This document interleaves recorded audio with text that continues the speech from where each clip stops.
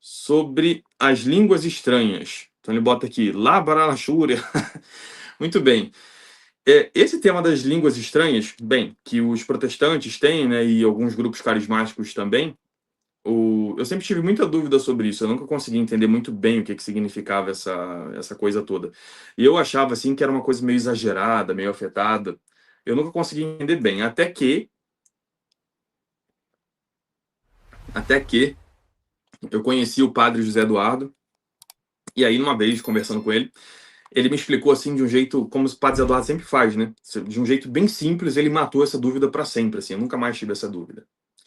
Em que ele diz o seguinte: primeiro, ao longo da história da igreja, sempre teve esse fenômeno que era chamado de jubilar-se. Então, assim, a pessoa ficava em júbilo, né? Ficava muito feliz e falava coisas estranhas que ninguém entendia. E o próprio São Paulo fala disso nas cartas dele, né? Se a igreja inteira tá lá falando em línguas estranhas, tal, se entra um pagão, vai achar que todo mundo é doido.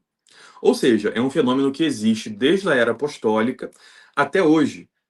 Existe uma passagem de Santo Agostinho também que ele fala que ele está falando da Eucaristia e todo o grupo ali que já era católico, né, começa a se jubilar, começa a gritar assim com línguas estranhas.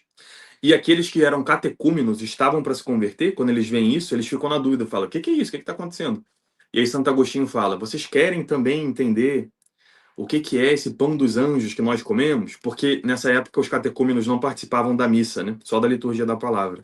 Então eles nem sabiam que tinha a Eucaristia.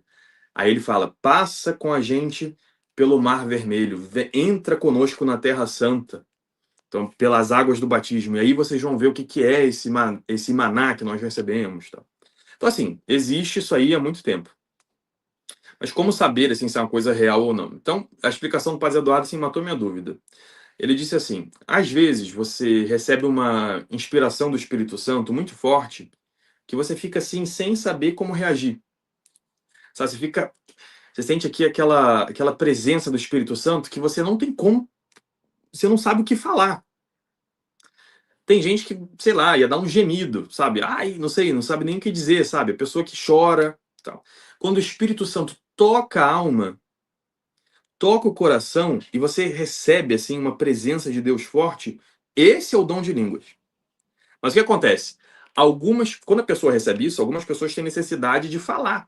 É igual você tá numa montanha russa, né? E aí você tem muita emoção, você fala, uhul! Você fala um negócio. Porque é natural do ser humano, sei lá, dizer uma onomatopeia quando ele tem uma emoção muito forte. Ou quando você bate seu pé, você fala, ai! Tal, você sempre grita alguma coisa, tem necessidade de expressar o que você está sentindo no coração. E às vezes essa sensação é tão forte que você não sabe como falar, como você expressar ela em palavras. Então você pode dizer esse uhul, ou ai, caramba, sei lá, as pessoas falam coisas assim. Então quando o Espírito Santo toca muito a alma da pessoa, ela vai se expressar de modos que nem ela entende muito bem o que ela está dizendo. E muitas vezes ela vai recorrer a coisas que ela tem já na cabeça. Então se ela já viu alguém falar, ei, carachova, maracatá, e sei lá, uma coisa assim, quando ela sente aquela emoção, inconscientemente, o jeito dela falar uma coisa que ela não entende é rei carachô, macatá, e ela vai ficar falando aquilo ali. Ou xalalá, lá. Então, não necessariamente, assim, o Espírito Santo não o dom de línguas não é os vocábulos que aquela pessoa está dizendo.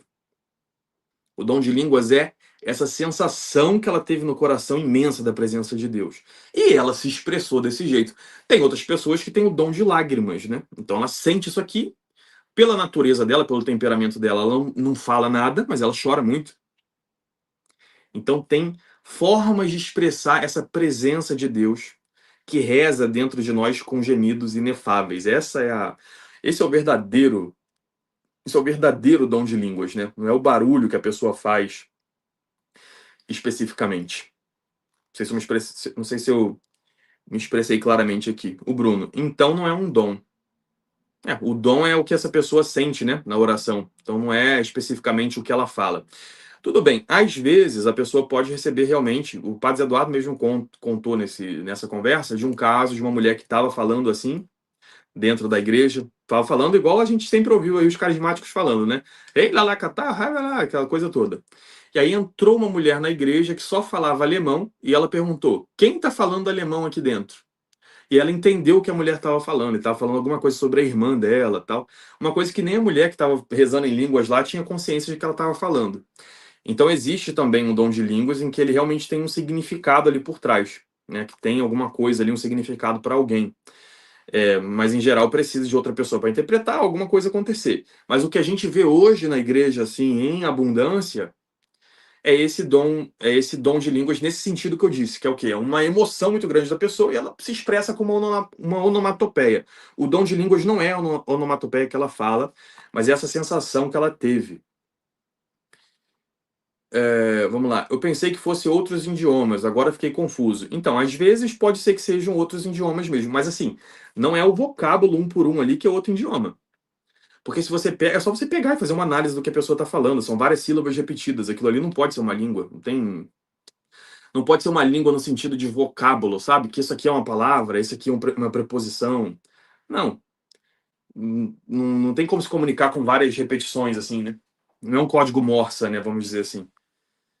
O que acontece é que às vezes a pessoa fala aqueles códigos ali, essas onomatopeias, e outra pessoa entende ela na língua dela. É o que aconteceu no Pentecostes, por exemplo. Eles estavam lá se jubilando em Deus e as pessoas ouviram cada uma no seu idioma. Então, um milagre, assim, quando tem uma mensagem no dom de línguas, acontece também nos ouvidos das pessoas, não só na língua da pessoa que está falando. Então, tem várias formas, assim, de dom de línguas, né?